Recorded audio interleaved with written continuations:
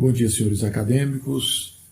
É um prazer estar de volta aqui neste momento e nesse ambiente dessas videoaulas que estamos gravando e disponibilizando em nosso canal no YouTube.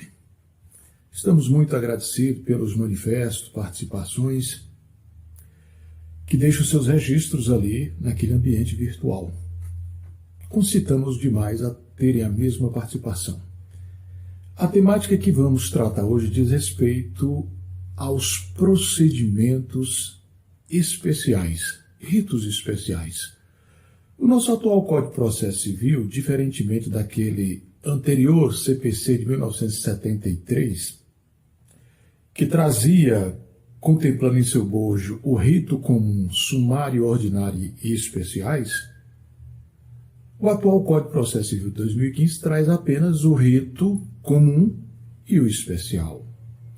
Mas, no ato das suas disposições transitórias, salienta que dispositivos, por exemplo, como o anterior artigo 275, inciso 2, que trazia ali algumas modalidades de ações como cobrança de valores de condomínio, arrendamento rural, eles deveriam continuar sendo utilizados pelos juizados especiais cíveis regidos, regulamentados pela Lei 9.099/95. Mas não apenas essas ações. Isso foi o que o legislador processual civil trouxe, estancando essa dúvida de que o rito sumário, que na realidade o artigo 98 da Constituição Federal trata de sumaríssimo, ou seja, bem mais célere, de que apenas o rito sumário está vivo, sendo contemplado não só pelos juizados especiais cíveis, como vamos ter também lá nas varas de ações trabalhistas, ou seja, na Justiça do Trabalho, ali também contempla o rito sumário. De modo que este rito especial sumário, que a Constituição Federal, no artigo 98, rotulou de sumaríssimo, está em plena vigência nos juizados especiais cíveis.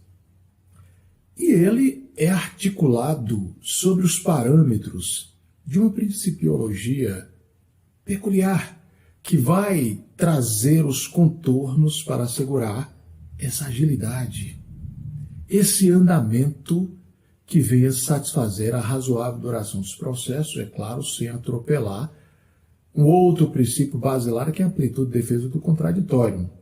De plano, merece salientar que, embora se tenha a Lei 9.099/95, com rito e procedimentos especiais adequados aos feitos que irão tramitar nesses juizados especiais cíveis, nós temos aí procedimentos gerais ou genéricos, regidos pelo Código de Processo Civil, que serão aplicados de forma supletiva ou subsidiária àqueles feitos que tramitam na seara dos juizados especiais cíveis.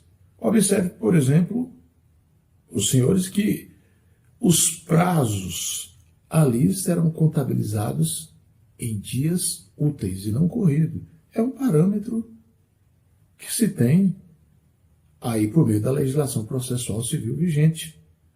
Nós ainda teremos outras tantas circunstâncias como essa que acabamos de falar aqui. O próprio Código de Processo Civil, no ato de suas disposições transitórias, fala que anteriores dispositivos ali do artigo 275, inciso 2, deverão ser cumpridos pelos juizados especiais cíveis.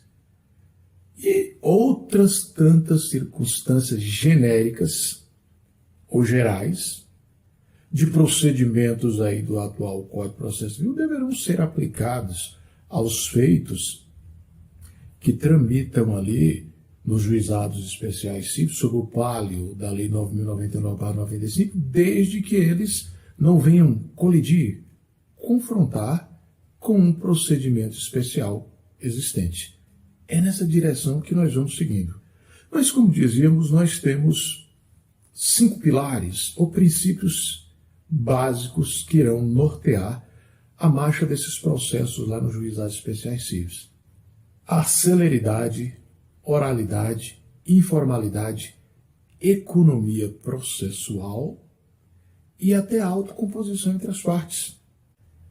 Então vamos verificar que muitos dos procedimentos, atos e ações ali poderão ser articulados de forma oral.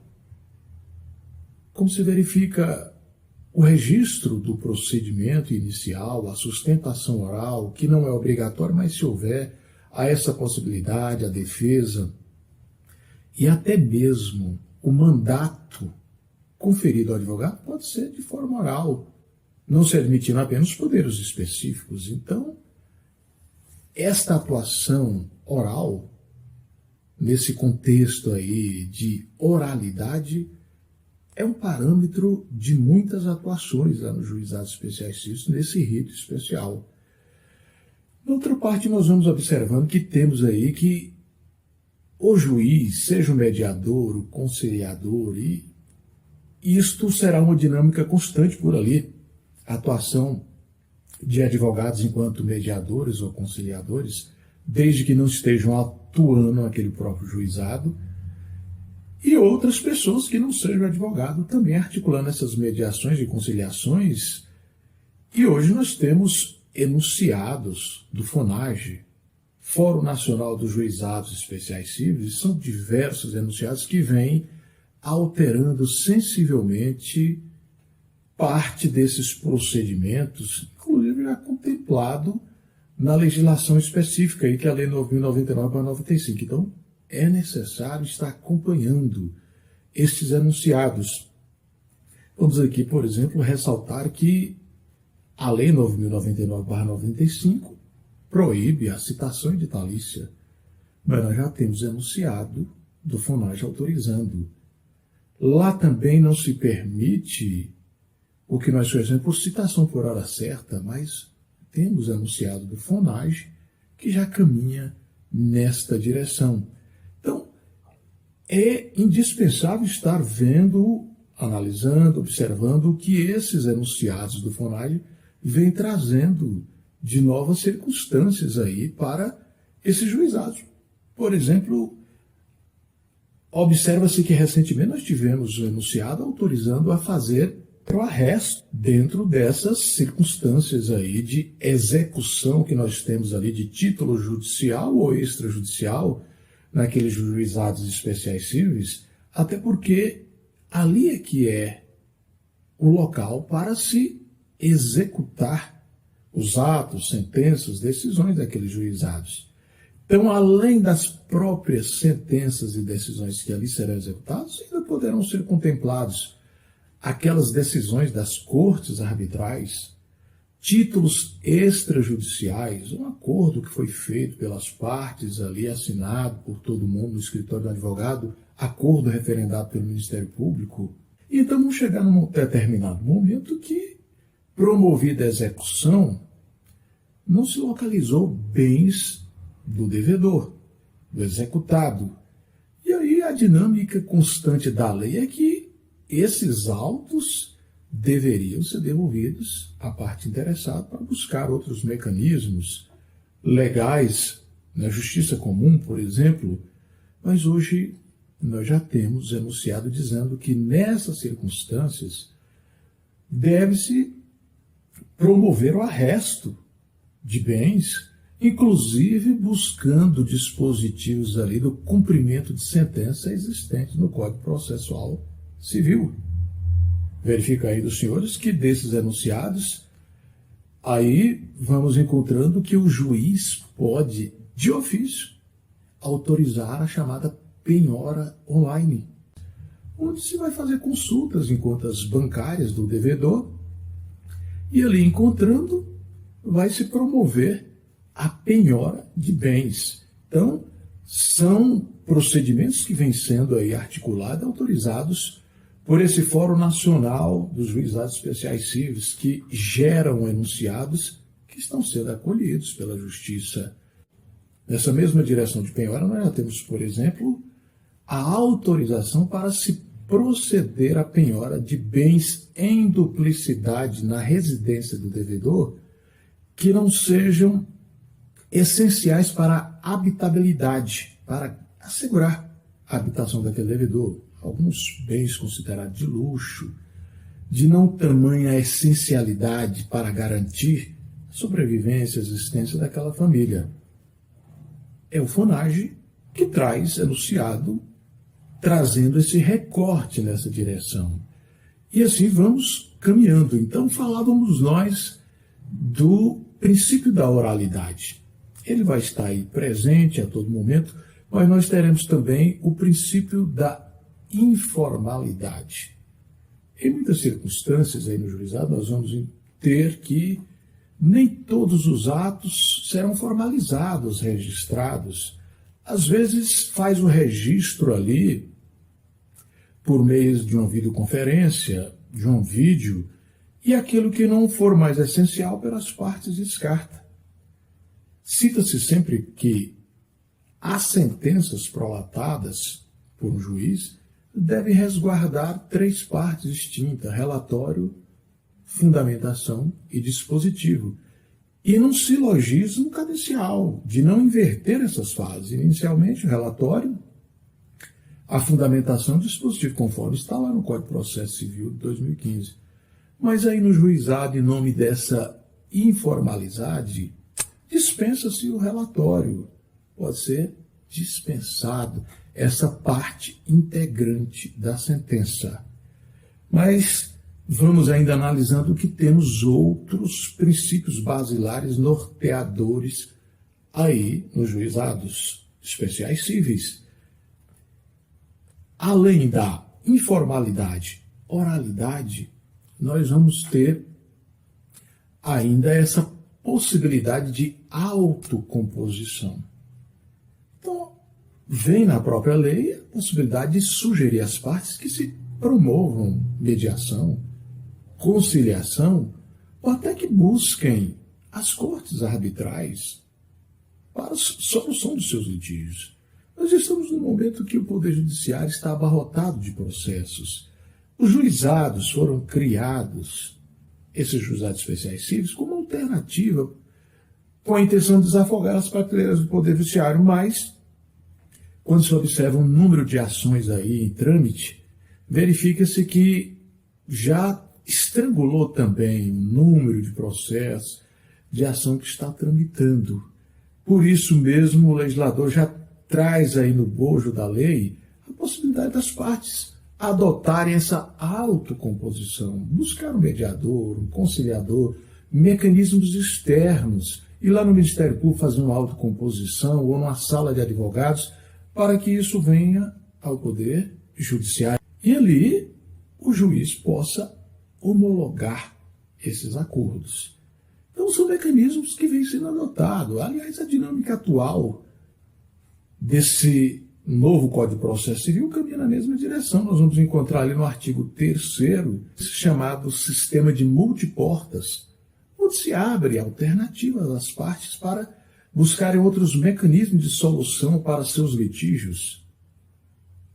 As cortes arbitrais, mediação, conciliação, acordos entabulados em escritórios, acordo referendado pelo Ministério Público.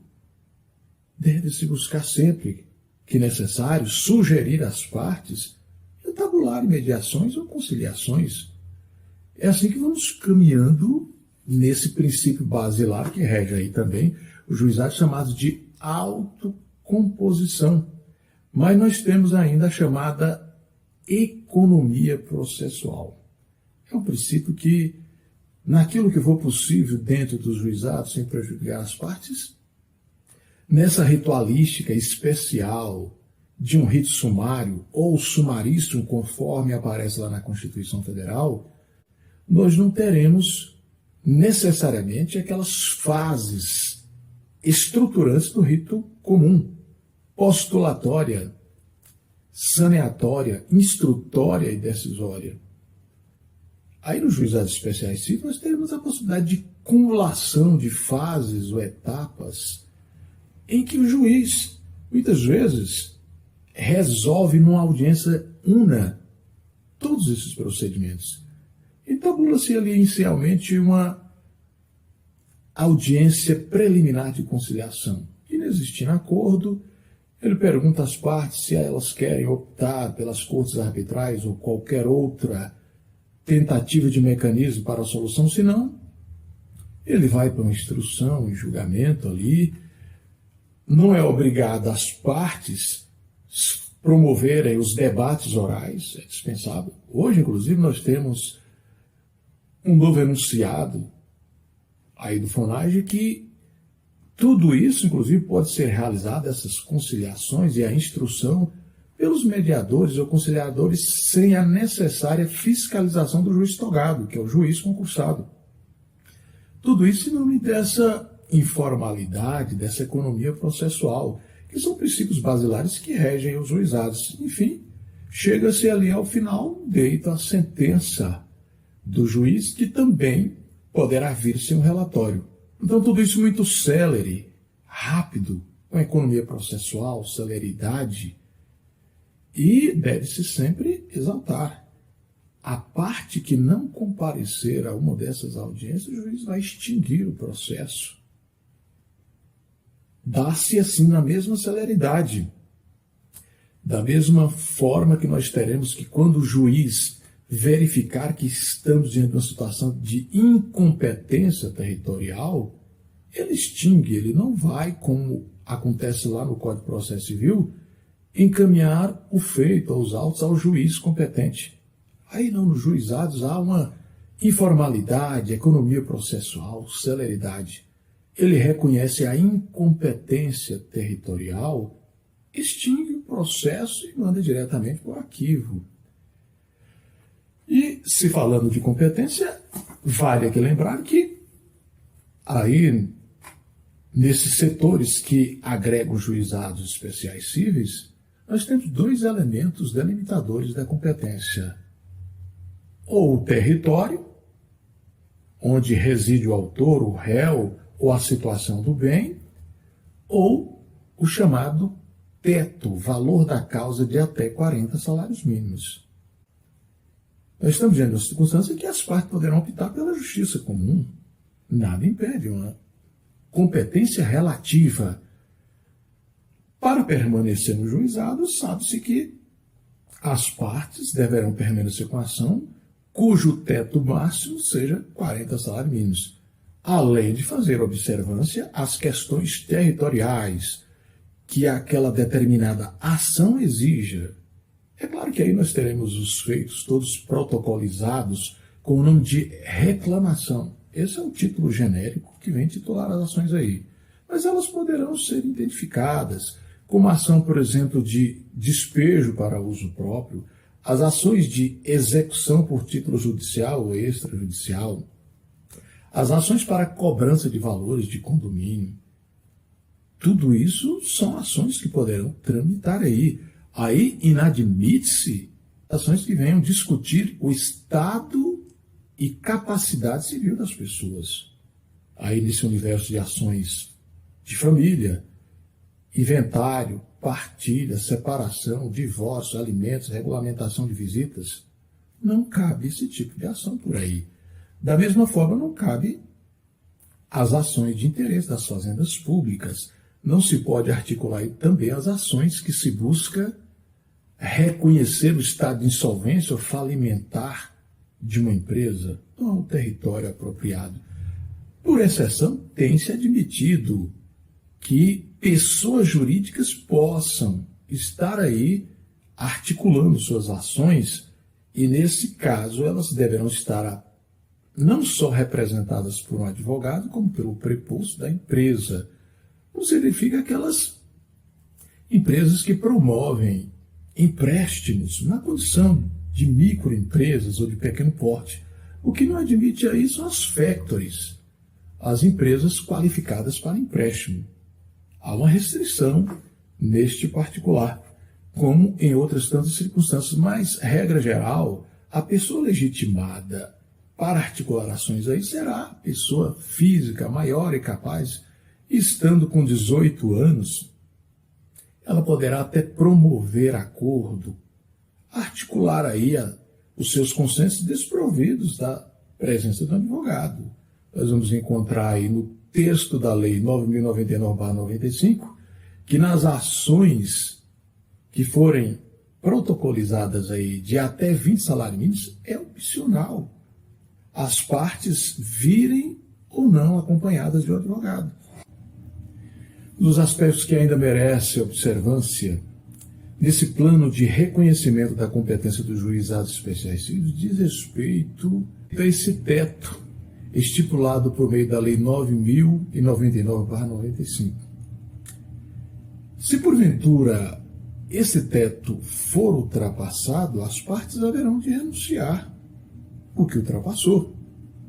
Esta é a regra.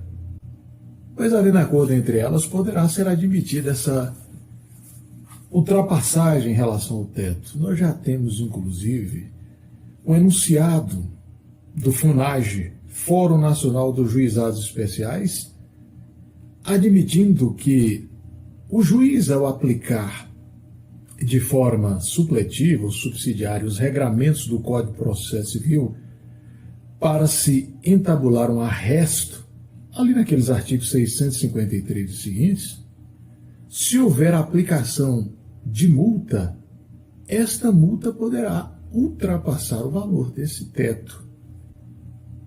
Então são novos regramentos que vão chegando por meio destas fontes do FUNAGE anunciados para trazer novas adequações àquilo que vai ocorrendo nos procedimentos dos juizados especiais civis.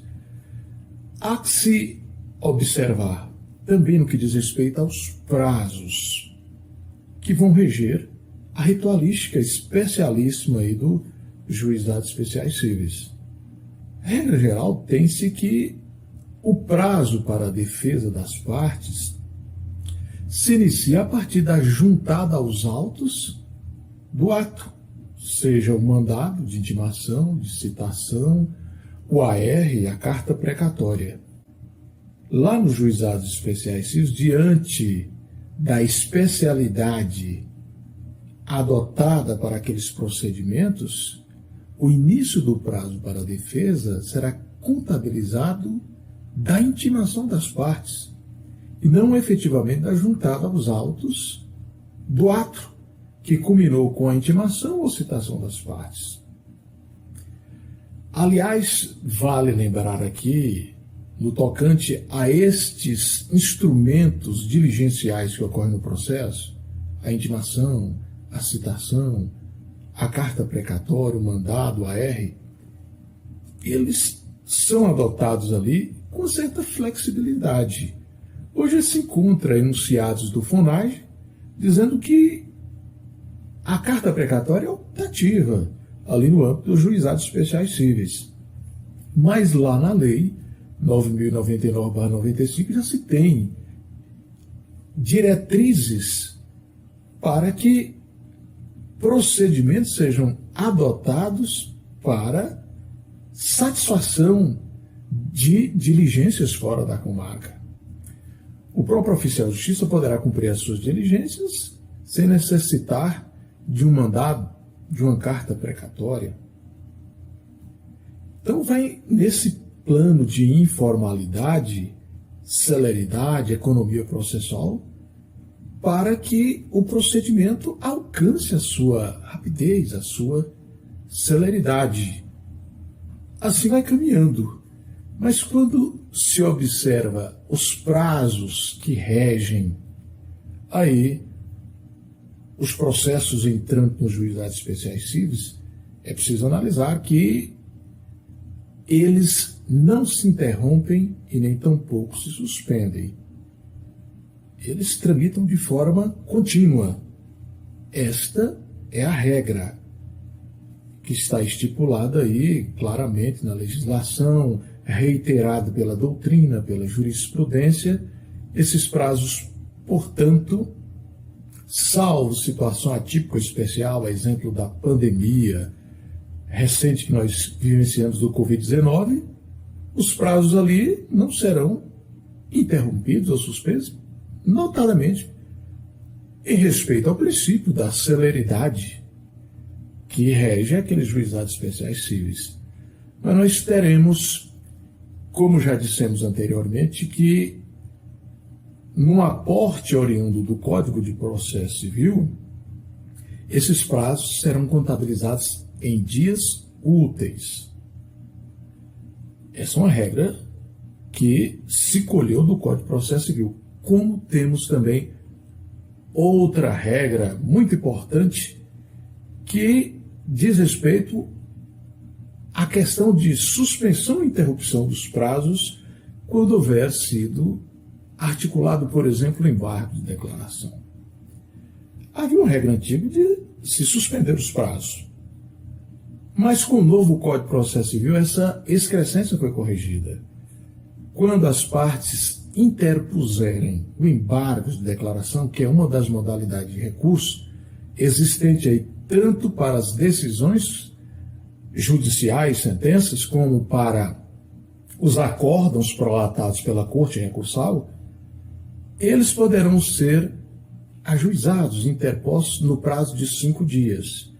E com a interposição desses embargos de declaração, que tem a finalidade de corrigir, seja na omissão, erro ou contradição das sentenças, decisões judiciais ou dos acórdãos das turmas recursais, eles têm a finalidade de interromper o prazo para os demais recursos. E que vale lembrar, lá nos juizados teremos essa figura da turma recursal, que será composta no mínimo por 3 juízes atuantes na comarca, 3 juízes togados, preferencialmente que estejam atuando aí nos juizados especiais, e haverá ainda mais 3 suplentes. Há comarcas que adotam mais de 3 juízes, por exemplo, se observar no Distrito Federal, ali as turmas recursais são compostas por 4 juízes. E em outras comarcas terá um mínimo de 3 juízes. Mas essas turmas recursais irão reexaminar, reanalisar as decisões do juiz. Sobre essas decisões existe o chamado recurso inominado. Não teremos a apelação como regra geral que existe lá no Código de Processo Civil. Tem-se, nos feitos que tramitam aí nessa esfera civil dos juizados especiais cíveis, o chamado recurso inominado, que deverá ser articulado no prazo de 10 dias e também no prazo de 10 dias deverão ser apresentadas as contrarrazões.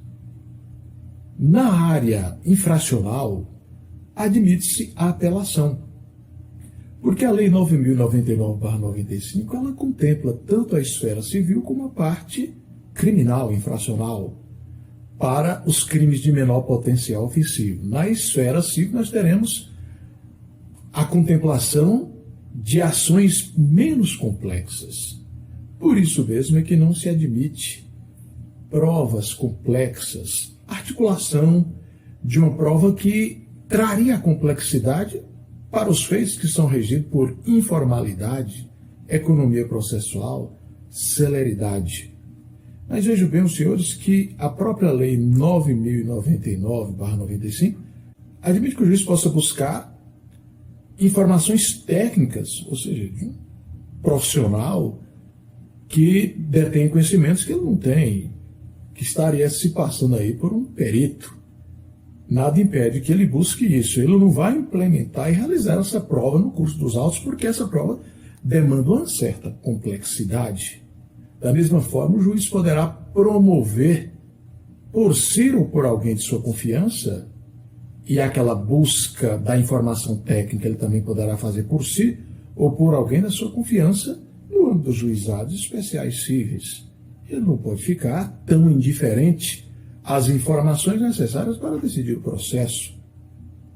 O que ele não pode é articular esse tipo de prova que irá gerar uma complexidade no procedimento, andamento dos processos aí que tramita nos juizados especiais cíveis. Inclusive, se verifica um aspecto muito importante. Muitas vezes as partes levam esses processos para a justiça comum para realizar essa prova complexa ou essa perícia e querem depois trazer de volta eles para o juizado. A jurisprudência tem manifestado o sentido de impossibilidade. Uma vez retirado o feito que tramita aí nos juizados especiais cíveis, com esse propósito de alcançar a efetivação de uma prova de natureza técnica, complexa, como uma perícia judicial lá na Justiça Comum, ele não regressa mais ao juizado especial cível. Não é como se dá ali nas cortes arbitrais, que vão poder utilizar o Poder Judiciário, já que aquelas cortes arbitrais não fazem parte do Poder Judiciário, elas são regidas pela Lei 9.307/96, e os procedimentos, como penhora, busca e apreensão, arresto, que elas tiverem necessidade de efetivação, elas poderão buscar o Poder Judiciário para isso. E logo depois, esses autos regressam às cortes arbitrais.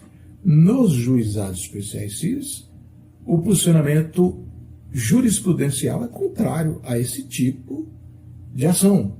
Uma vez retirado o feito dos juizados especiais cíveis, ele não regressa, mas ele tem que ser concluído na Justiça Comum. Pois bem, mas analisávamos aí acerca dos recursos que irão ser ajuizados, interpostos em relação às decisões, sentenças e até acórdãos ali prolatados pela turma recursal dos juizados especiais cíveis. O aspecto merece destaque inicialmente. Sabe-se que, em relação aos feitos que tramitam nos juizados especiais cíveis, não haverá despesas, custas processuais. Esta é a regra. Mas, no entanto, se a parte interpuser um recurso, ela deve, no prazo de 48 horas, recolher o preparo recursal. Ela não é obrigada de plano a provar, como está lá no Código de Processo Civil, com a interposição do recurso, que recolheu o porte de remessa e devolução desse processo e as respectivas custas processuais. No rito especial, que rege os juizados especiais cíveis, a parte terá 48 horas para promover o recolhimento do preparo recursal, salvo se ela for contemplada pela assistência judiciária. Mas nós temos situações aí que, embora os feitos que tramitam pelos juizados especiais cíveis estejam contemplados por esta gratuidade de justiça ou assistência judiciária, em algumas circunstâncias, por exemplo, se o processo foi arquivado pela negligência do reclamante ou da parte autora que deixou de comparecer, o juiz vai extinguir e mandar contabilizar as custas para repassar à parte reclamante. Da mesma forma, se o juiz reconhecer que o reclamante, o autor do processo, agiu com litigância de má-fé, ele também será condenado nas despesas processuais. Enfim, vale realçar ainda que, em segundo grau, numa fase recursal, a parte que for condenada no recurso estará obrigada a recolher as despesas processuais, não só estas, mas aquelas despesas que deixou de recolher ali no primeiro grau, enquanto o processo tramitava no primeiro grau. E ainda poderá ter que recolher os honorários de sucumbência. Aliás, nós temos um enunciado recente do FONAS dizendo que, ainda que a parte não tenha apresentado contra-razões e esse processo foi extinto, reconhecendo o autor como perdedor dessa ação, ele terá que ser condenado nos honorários de sucumbência. São aspectos muito importantes que as partes têm que se ater. A regra é a inexistência de despesas, custos processuais, honorários, mas poderá existir, pela litigância de má-fé, reconhecida pelo juiz, quando o autor foi negligente, deu origem ao arquivamento do processo por não comparecer às audiências, deixar o processo arquivar por sua negligência, ou quando ele recorre da decisão, ele tem que em 48 horas recolher o preparo, e em segundo grau, quando já estiver sendo analisado o recurso dele, caso ele seja sucumbente, perdeu o recurso que ele protocolizou, ele vai ter que pagar não só essas despesas recursais, mas aquelas que deixou de recolher no primeiro grau e ainda aquilo que o tribunal fixar em nível de honorários de sucumbência. Mas analisando outros recursos que poderá existir em relação à turma recursal, nós poderemos ter até o mandado de segurança. Há reconhecimento de súmula que comporta o mandado de segurança em relação a essas decisões teratológicas, ilegalidades, abuso de autoridade no tramitar de um processo aí nos juizados especiais cíveis da parte do juiz que estiver, é claro, atuando. E esse mandado de segurança será apreciado pelas turmas recursais e não pelo tribunal. Da mesma forma, por exceção, e tem muitas discussões em torno disso, caberá o agravo de instrumento, apenas por exceção, quando houver o risco de dano ou prejuízo irreparável à parte. Mas também lá nos juizados especiais cíveis, nessa turma recursal, cabe o chamado agravo interno, no prazo de 15 dias. E aqui, como tratamos também, o prazo de agravo de instrumento também, 15 dias. Nós só temos o recurso inominado em 10 dias e o embargo de declaração em 5 dias. Mas o agravo interno, como nós tratávamos aqui, será exatamente para se tratar de questões ali, de decisões monocráticas da Corte Recursal. Quando a parte não concordar com aquela decisão monocrática e não colegiada, envolvendo o presidente, revisor, o relator na turma recursal ou no colegiado recursal, desafia-se em 15 dias o chamado agravo interno. Nós teremos, por fim, aí nesse universo de recursos, a possibilidade do recurso extraordinário para o Supremo Tribunal Federal e o recurso ordinário para o STJ, ambos no prazo de 15 dias. Então, vamos verificando que há, sim, toda uma sistemática recursal que podem ser articuladas nessa turma recursal em que esses juízes de primeiro grau que atuam na comarca ou nos juizados, eles terão mandato de 2 anos, podendo ser prorrogado por igual período. Mas eles serão escolhidos pelo critério de antiguidade. São regramentos que estão aí para a composição dessa turma recursal que irá apreciar estes recursos que nós temos, que são articulados aí em face das decisões, sentenças dos juizados especiais cíveis. Há um recorte que ainda merece ser feito em relação à Lei 9.099/95, diz respeito às intervenções de terceiros. Analisando essa ritualística especial, com esse contorno célere, com a economia processual, com esse rito sumaríssimo, certamente afigura-se desproporcional buscar adequar ao rito da Lei 9.099/95 a intervenção de terceiros. Não obstante, nós vamos verificando que, por exceção, admite-se aí o litisconsórcio, tanto ativo, passivo, necessário, unitário, que a própria legislação já trouxe. E vamos analisando ainda neste contexto de intervenção de terceiros que o atual Código de Processo Civil, lá no seu artigo 1062, também trouxe o incidente de desconsideração da pessoa jurídica como medida a ser aplicada aí no âmbito dos feitos que tramitam sobre a égide desta Lei 9.099/95, é claro, nos juizados especiais cíveis.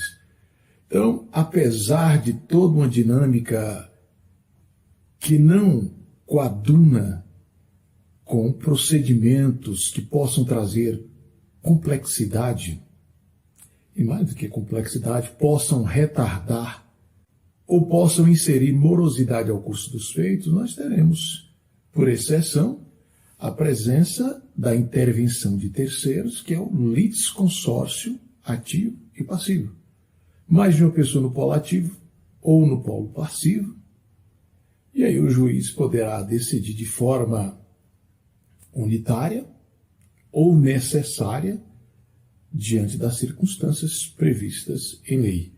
E além dessa circunstância, nós teremos o incidente de desconsideração da pessoa jurídica. Mais uma vez, um imperativo que vem do Código de Processo Civil de 2015, lá no ato das suas disposições transitórias, no artigo 1062. Mas ainda vale observar alguns aspectos envolvendo estes prazos, que são céleres, e que, por regra, não se interrompem, não se suspendem, e que também tem um momento especial para o início de suas contabilizações, que não é da juntada do AR, do mandado, da precatória, mas da efetiva intimação feita às partes. Há que se analisar nesse contexto que, havendo litisconsortes com advogados diferentes, eles não terão prazo em dobro aí no juizado especial civil. E nem tampouco terá prazo em dobro o Ministério Público, que tem essas benesses lá no Código de Processo Civil.